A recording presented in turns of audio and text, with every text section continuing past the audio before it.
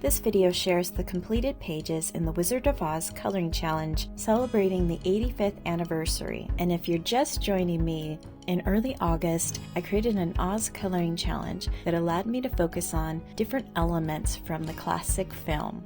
This challenge really pushed me in a different way. I learned that different colored backgrounds like soft green can provide interest, so let's check out these pages.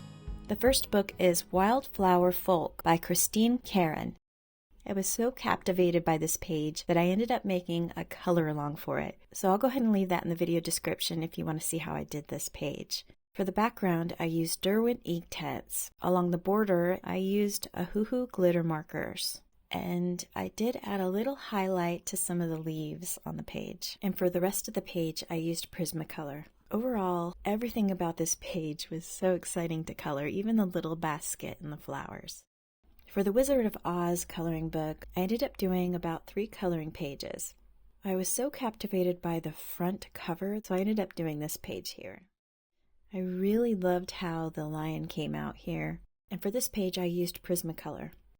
The other pages that I did in this book was a 2-page spread where Dorothy discovers the scarecrow. I really had a fun time adding a lot of shading to the corn husks here, adding different colors like purple and peach, yellow and goldenrod. It was such a delight to color. For this page, I used Artex and Prismacolor.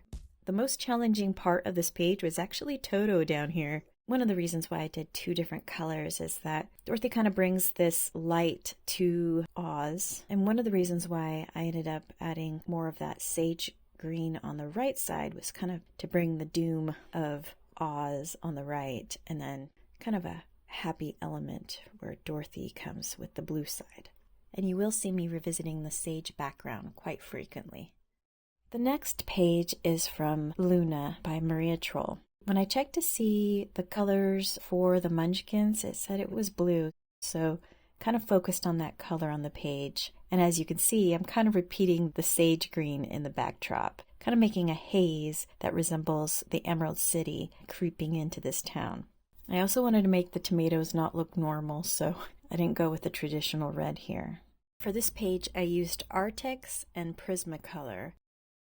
The next page is also a sweet one. It's young Dorothy in her room, and I added some blues and reds. I think I really enjoyed this color because there was a story behind it. On this page I used Prismacolor. We're halfway there. If you enjoy the Wizard of Oz classic film, please be sure to give this video a thumbs up. In The Witch's Cottage by Hannah Carlson, I did 2 pages representing the witches from The Wizard of Oz. I think this is my first witch I've ever colored. I ended up having to draw her body here, and it doesn't look that great, but I think it's better than her looking ghostly with no body. It was also neat to do her skin tone in that color. For this page, I used Artex and Prismacolor. The second page is Glinda. For this page, I also used Artex and Prismacolor, and as you can see, I kind of made the backdrop even more vibrant. But what was interesting about this is I wanted to tie in the other witch by adding a shawl on her, and I also wanted her hair to stand out. But these are my first 2 pages in The Witch's Cottage, which I really enjoyed. Once again, probably because the backstory behind it. The last page wasn't my favorite, but it was such a delight to color. This is a mythographic dream garden. So this page is kind of like a moonlit scene, which I didn't do very good, but I'll get over it. So you got some pretend poppies, which look like petunias out here, but the vines were interesting to color, and the pillars weren't too bad. Overall, I think I did the best I could, and it was very relaxing to color. So not my favorite, but I did it, right? I finished the page. Well, I hope you found some of these pages interesting, and hopefully some of them are inspirational. Figuring out ways to make a story behind a page, or even getting a goal or challenge complete, is such an accomplishment. I really enjoyed this challenge.